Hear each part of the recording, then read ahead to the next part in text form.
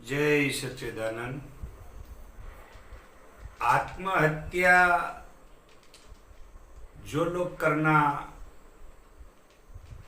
मजबूर हो जाते हैं और आत्महत्या करने के लिए वो जब प्रेरित होते हैं तो उसके पीछे कारण क्या है। कई लोग हम लोग सोचते हैं कि आत्महत्या करने वाला व्यक्ति सही होता है, आत्महत्या करने वाला व्यक्ति गलत नहीं होता है, वो अपने सत्य के साथ मिलकर के मरना चाहता है और सत्य को लेके मर जाता है। लेकिन एक बात याद रखना, शास्त्रों के अंदर आत्महत्या के लिए कहीं भी शुभ लक्षण नहीं बताया है। हम लोग हमदर्दी से और हम लोग आत्महत्या करने वाले व्यक्ति के प्रति जब वो मृतः प्राय हो गया, जिसके लिए उन्हें प्राण दिया है, मर गया है, तो उनके लिए हम लोग अपनी हमदर्दी की अभिव्यक्ति करते हैं, लेकिन हमारी अभिव्यक्ति कोई काम की नहीं है। क्योंकि आत्महत्या करने वाला व्यक्ति जब आत्महत्या करता है तो उनके पीछे जो हमारी धारणा है कि ये सत्य को लेकर के मरा और सत्य के साथ उसने आत्महत्या की, ऐसा नहीं होता। सत्य के लिए व्यक्ति दूसरे की जान ले सकता है, जैसे खुद भगवान अवतार लेके आते हैं और सत्य के लिए वो अवतार लेकर के हमें प्रेरित करते हैं कि जो दुष्टता करने वाले हैं उनकी हत्या करो, चाहे मरना पड़े तो आप लोग उनके साथ हत्या के लिए। हम खुद क्यों मरे? जब अब सत्य हमारे साथ है तो हम खुद क्यों मरे?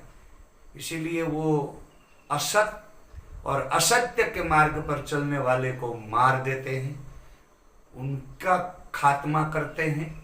जैसे हिरण्यकशिपु, हिरण्याक्ष और रावण इत्यादि जितने भी थे, दुष्ट लोगों को वो खत्म करता है जो सत्य के साथ चलता है। लेकिन एक बात है, आत्महत्या करने वाला व्यक्ति शास्त्र में वो नरक में जाता है, ऐसा लिखा है। क्यों? इसीलिए लिखा है कि उनकी गलती का एहसास होने पर बहुत देरी हो जाती है। जब वो गलती की, जब बहुत देरी हो जाने के बाद वो जब सह नहीं सकता है, तब वो व्यक्ति आत्महत्या के लिए प्रेरित हो जाता है। लेकिन एक बात बता देता हूँ, जो व्यक्ति सत्य को पकड़ के चलता है वो अपने जीवन की कुर्बानी आत्महत्या से नहीं देता है, वो सत्य को उजागर करने के लिए बलिदान देता है। जैसे महात्मा गांधी सत्य के मार्ग पर चल रहे थे, लेकिन सत्याग्रह के अंदर कोई असत्य की इतनी भयंकर, वो अंदर कैंसर की गांठ शुरू हो गई थी और सत्य और असत्य की लड़ाई महात्मा गांधी के साथ चल रही थी। उस समय हमारे देश की आज़ादी में जब सत्ता लेने के लिए जब असत्य का बहुत बड़ा ऐसा जाल बिछ चुका था और ये बिछी हुई जो जाल थी असत्य की, और महात्मा गांधी का सत्य उस असत्य से बर्बाद हो रहा था, उस समय जो असत्य को सत्य के रूप में प्रकाशित करने वाले जितने भी थे, वो सब लोगों ने महात्मा गांधी जो सत्य का प्रतीक था, उस सत्य के प्रतीक को ही उन्होंने असत्य का रूप दे दिया। और जब असत्य का रूप दे दिया तब उस समय गॉडसे ने बहुत बड़ा भयंकर कदम उठाया, क्योंकि सत्य के साथ चलने वाला आत्महत्या नहीं करता। साले हमने इतना काम किया और इन्होंने ऐसा कर दिया, साले हम आत्महत्या करके मर जाए। अरे क्यों मरेंगे? इतने सारी लड़ाई लड़ने के बाद जब सत्य हमारे सामने आया और ऐसे समय में जब ये असत का चोला सत्य के ऊपर डाल करके और सत्य के नाम पर असत का काम होने जा रहा था, ऐसे समय में जो सत्य को ही असत का चोला पहना दिया और दुनिया देखती है कि ये असत नहीं सत्य, महात्मा गांधी जब कर रहे तो सत्य ही तो है। तो ऐसे लोगों के बीच में जो सत्य का सामने असत का और असत का और सत्य का जब आपस में एक दूसरे का जब जब एक कारण बन जाता है, तब उस कारण को खत्म करना पड़ता है। जब कारण खत्म हो जाता है तब कार्य अपने आप समाप्त हो जाता है। लेकिन बहुत बुरा हुआ, महात्मा गांधी की हत्या होने के बाद भी असत लोगों ने सत्य के मार्ग पर चलने का थोड़ा बहुत कुछ नाटक तो कर लिया, और नाटक करते समय नेहरू चाचा बच्चों के थोड़े वो बन गए प्यारे, लेकिन जो पेट में पाप था वो आज हमारी संस्कृति के विरुद्ध जो भी षड्यंत्र प्रकाशित हो रहे हैं, उस षड्यंत्र को देखते ही हमें पता चल रहा है, आज हमको पता चल रहा है। और आज मीडिया में आप लोग देखते हैं कि जो किताबों में हमें बताया गया उनसे कुछ विपरीत आज रिजल्ट, परिणाम हमारे सामने। तो परिणाम को देख करके चलोगे तो गॉड से आज अमर है। महात्मा गांधी को हम लोग ठीक है चरित्र से थोड़े बहुत कुछ देश की आज़ादी में उनका पॉजिटिव पॉइंट से चलते हैं, लेकिन लास्ट में जब काम समाप्त होने के बाद, जब देश की आज़ादी की लड़त समाप्त हो गई और जब उस समय देश की सत्ता संभालने का काम हुआ, उस समय सत्य वहां अपने तरफ से कुछ नहीं कर सका। और असत वाले लोग जो भी सत्ता के लिए लोभ, लालच और सत्ता के लालचू जो लोग थे, उन्होंने इस देश की कमान हाथ में ली। लेकिन आज इतिहास में गॉडसे का नाम सही जगह पर लिया जाता है। आत्महत्या करने वाले का तो इतिहास समाप्त हो जाता है। तो आत्महत्या करना और याद रखना कि सत्य के लिए मर जाना, इन दोनों में बहुत फर्क है। तो गॉडसे सत्य के लिए मरा है और हमारे देश की आज़ादी के लिए भी कई लोगों ने कुर्बानी दी है। ये आत्महत्या नहीं है। कई लोगों ने कहा अरे यार इस तरह से देश के लिए क्यों आत्महत्या करने जा रहे हो। तो देश के लिए आत्महत्या नहीं होती है, देश के लिए कुर्बानी होती है। और इसीलिए भारत के इतिहास में और हमारे सनातन धर्म ग्रंथ में आत्महत्या को बहुत बुरी और एकदम इतना निंदनीय, आत्महत्या इतना निंदनीय कर्म है जो नीच से नीच कर्म है। क्योंकि व्यक्ति आत्महत्या करने के लिए मजबूर क्यों होता है वो भी मैं बता देता हूँ। उनके लिए मैं एक छोटा सा दृष्टांत देता हूँ कि एक लक्ष्मीबेन करके वो सासरी में आई। अब सासरी में आने के बाद फिर वो धीरे धीरे लक्ष्मी की तरफ शिष्टाचार सभ्यता से बहुत बड़ा परिवार को भी आगे ले जाने के संस्कार से उसने बहुत अपनी अच्छी भली इस परिवार के अंदर संस्कार की मूड़ी और तैयार कर दी। और संस्कार की जब हमारे सामने कोई ऐसी चीज जब निखर के आती है तो वो लक्ष्मीबेन थी। अब वो धीरे धीरे अपने बच्चे की माँ बनी और माँ के बाद सास बनी, सास के बाद फिर ये आज के जमाने की बहू भी आ गई।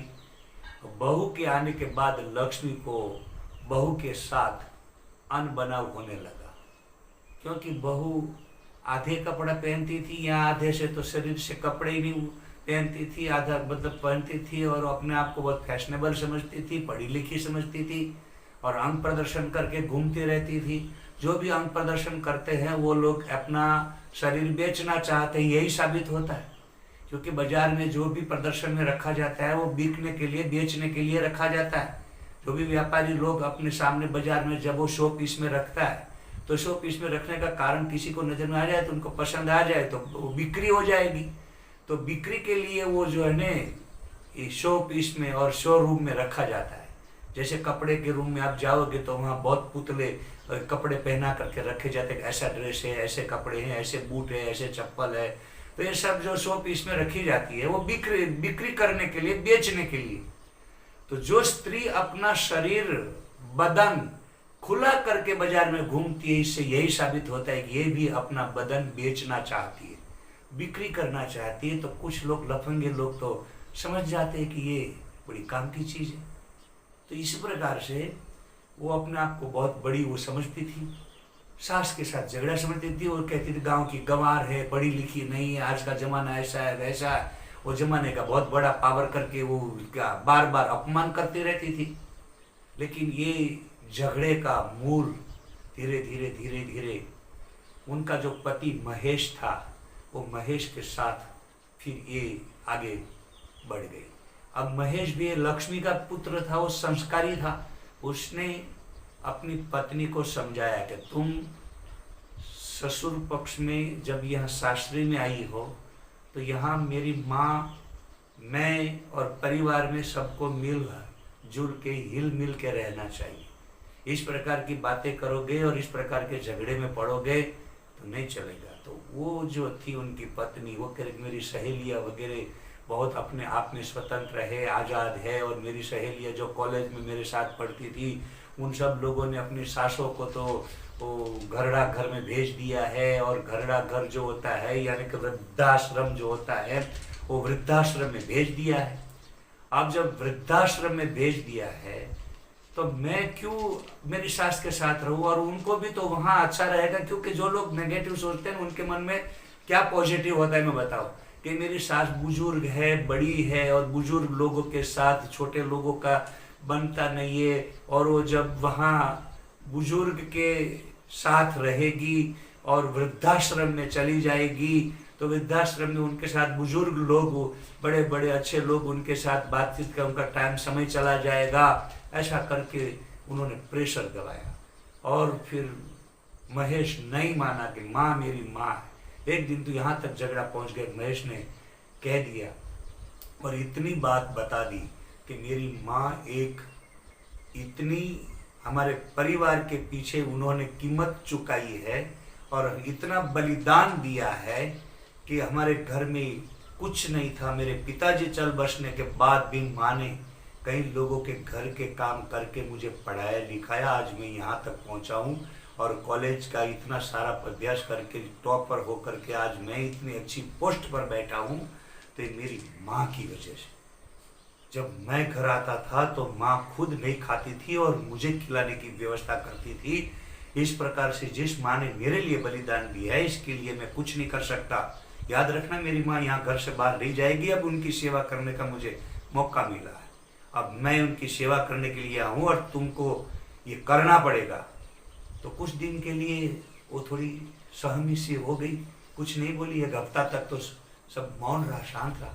माँ ने भी सोचा चलो मेरा बेटा ने कुछ कहा तो चुप तो हो गई, लेकिन वो कहता है ना कि जब 2 कदम कोई पीछे हटता है तो हमला करने के लिए वो एक हफ्ते के लिए चुप हो गई। कुछ बाहर जाना और इधर उधर हो करके थोड़ा इधर उधर अपना माहौल बना करके एक ऐसी तरकीब सोची कि उनकी सारी सहेली और इन सब मित्र वर्ग सबको घर बुलाया और दावत देने का अवसर बनाया। और वो अवसर बनाने के समय सास के 5 सब रसोई वगैरह बनवाई, और ये सब बनाने के बाद चाय बनाने के लिए उन्होंने एक डब्बा दे दिया। अब जैसे चाय बनाने के लिए एक डब्बा दे दिया और डब्बे में नमक था, वो खुद व्यक्ति जानती नहीं है, और उनकी माँ का चश्मा था। अब वो देख नहीं पाती, चश्मा टूटा हुआ था, वो भी रिपेयर नहीं हुआ था, तो वो बिना चश्मे से देख नहीं पाई, समझ नहीं पाई, और बहू ने दिया हुआ डब्बा लेकर के उसने उसी से चाय बनाई। तो रसोई बनाई, बहुत बढ़िया बनी। चाय बनाई, उसमें नमक डाल दिया। अब वो नमक का डब्बा भी उन्हीं ने दिया था। अब वो खुद जानते हैं कि डब्बा तो साला मैंने सास को मैंने ही दिया था, लेकिन फिर भी सबके बीच में अब इसका इश्यू बनाया कि नमक का डब्बा नई चीनी के डब्बे के साथ उनको चाय बनाना चाहिए। इसकी अपेक्षा मुझे इन सब लोगों के बीच में मेरे की बेइज्जती की, इस प्रकार का उसका इश्यू बनाया। और इश्यू बना करके घर में इतना बड़ा तूफान किया कि अब मैं रहूंगी या तो सास रहेगी। तो लड़के ने कह दिया, महेश ने कह दिया कि मेरी माँ रह सकती है, तुम निर्णय ले लो क्या करना है। तो उसने कहा कि मैं नहीं रहूंगी। वो अपना बैग ले करके चली गई पियर। अब वो पियर चली गई, अपने पियर में जा करके जैसे ही उन्होंने यहाँ से घर से बाहर कदम रखा, और आज के समय के साथ महेश ने उनकी सास को फोन किया कि इस प्रकार से कि मेरी पत्नी आपकी लाडली यहाँ से इस प्रकार से ऐसा ऐसा तूफान करके निकल गई है। अब वो जब तूफान करके निकल गई, उनकी सास भी बहुत समझदार थी, पुराने जमाने की थी, क्योंकि समधी से समधी तब आगे बढ़ते हैं जब एक दूसरे के विचार मिलते थे। तब ये सास भी इतनी अच्छी थी, महेश के संस्कार देने वाली।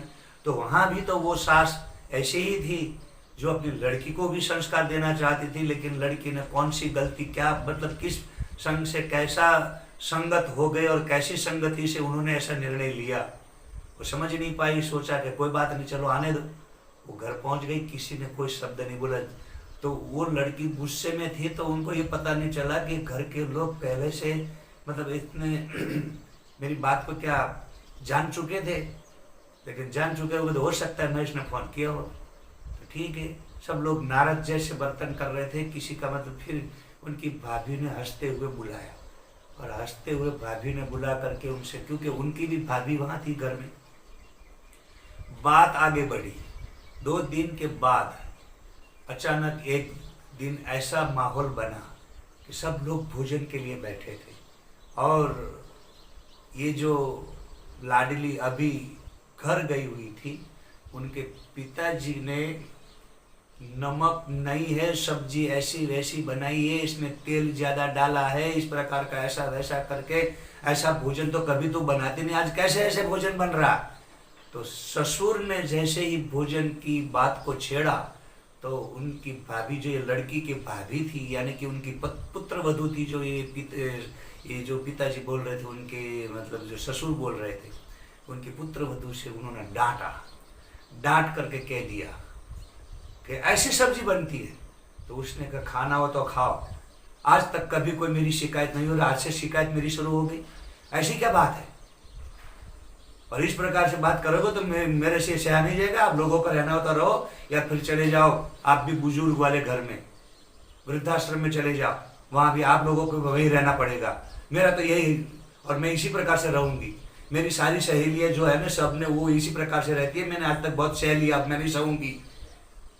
और वो बात जैसे ये जो इनकी लाडली जो अभी पियर आई हुई थी, वो ये सब शब्द भाभी का सुन करके जैसे वो मतलब अपने आप में बहुत कुछ उस कहानी से मेल जोल हो रहा हो, ऐसी बात वो समझ रही थी।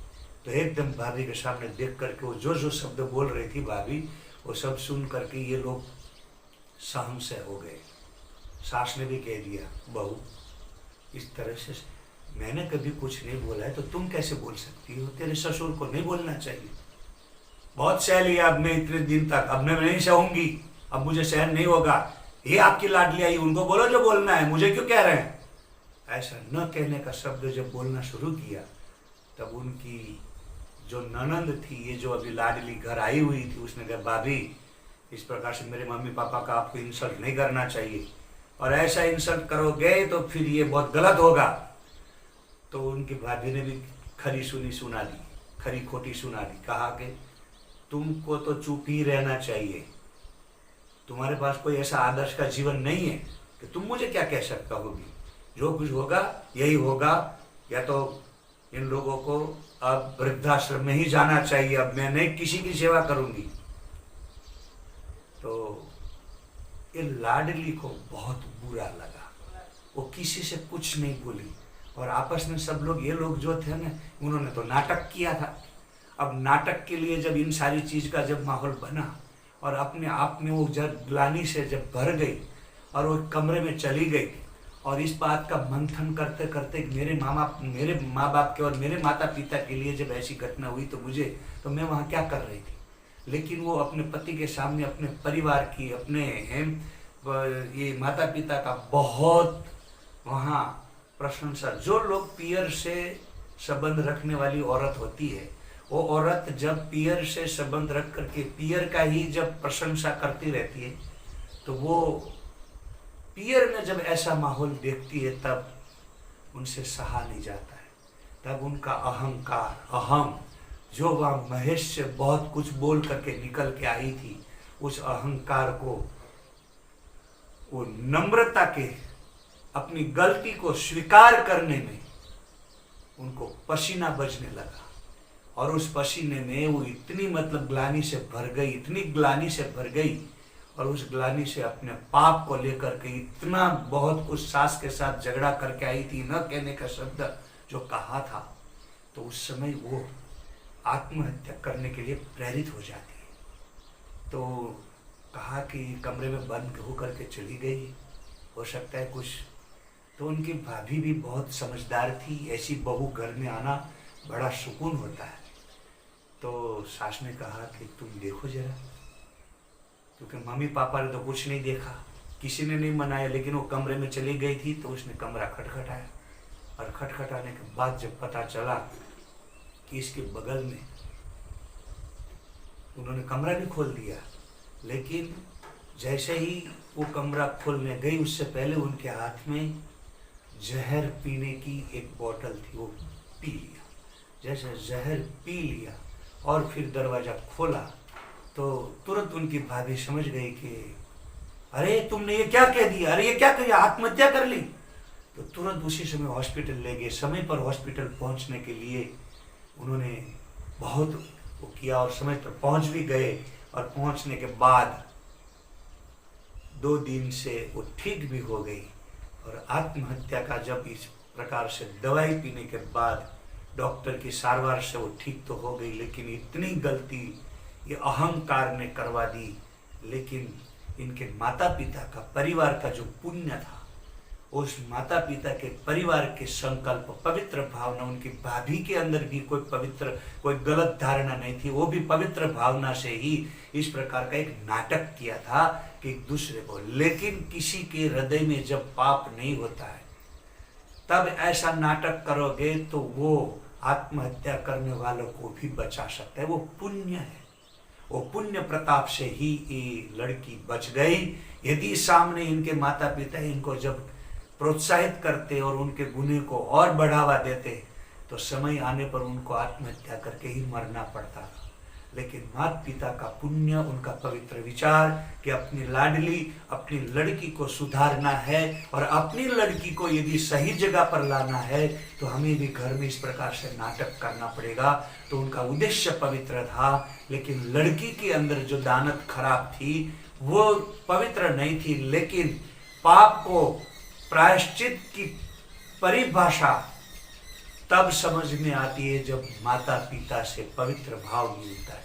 तब उस लड़की ने दवा के जहर पीने का प्रायश्चित और आत्महत्या की स्वीकृति के अंतर्गत अपने मन के अंदर जो उन्होंने एक निर्णय लिया, मैं मर जाऊंगी लेकिन ये स्वीकार नहीं करूंगी, तो मरने के लिए उन्होंने जहर पी लिया। लेकिन किस्मत और प्रारब्ध और हमारा पुण्य और माता पिता के संस्कार हमें जीवित रखते हैं। तो यही संस्कार से लड़की जीवित बच गई और बचने के बाद ससुर में गई और सास से भी बहुत अपने तरफ से उन्होंने माफ़ी मांग करके कह दिया कि मेरी गलती माफ़ कर दीजिए, मैं एक नादान लड़की और मैंने इस प्रकार से ऐसा आपके साथ बर्ताव किया, मुझे माफ़ कर दीजिए। उस समय सास और बहू का जो मिलन था और एक दूसरे के आंख में जो आंसू था, बहू तुमने ऐसा क्या किया, तुमने ऐसा जहर पीने का काम नहीं करना चाहिए था, तेरी माँ और तेरे परिवार के घर के साथ क्या बीतती, तुम एक इनकी लौती बेटी और इस प्रकार से ऐसे तुम ये क्या करने जा रही थी। कहा कि माँ मुझे माफ कर दो, अब मैं ऐसी गलती कभी नहीं करूंगी और मैं ये गलती कभी नहीं कर सकती, अब मैं नहीं करूंगी। ऐसा करके फिर इन दोनों को देख कर महेश वहाँ खड़ा खड़ा एक मंद मुस्कान के साथ, उनकी आंख में भी हर्ष के आंसू आ गए। और ऐसा जब परिवार का एक माहौल बनता है तब देख लेना कि हमारी संस्कृति, हमारा सनातन धर्म जो ये काम कर रहा है, यही संस्कृति इसी तरह से हमें क्रांति कराती है और हमारी भ्रांति से हमें बाहर निकालती है। बोल सच्चिदानंद भगवान की।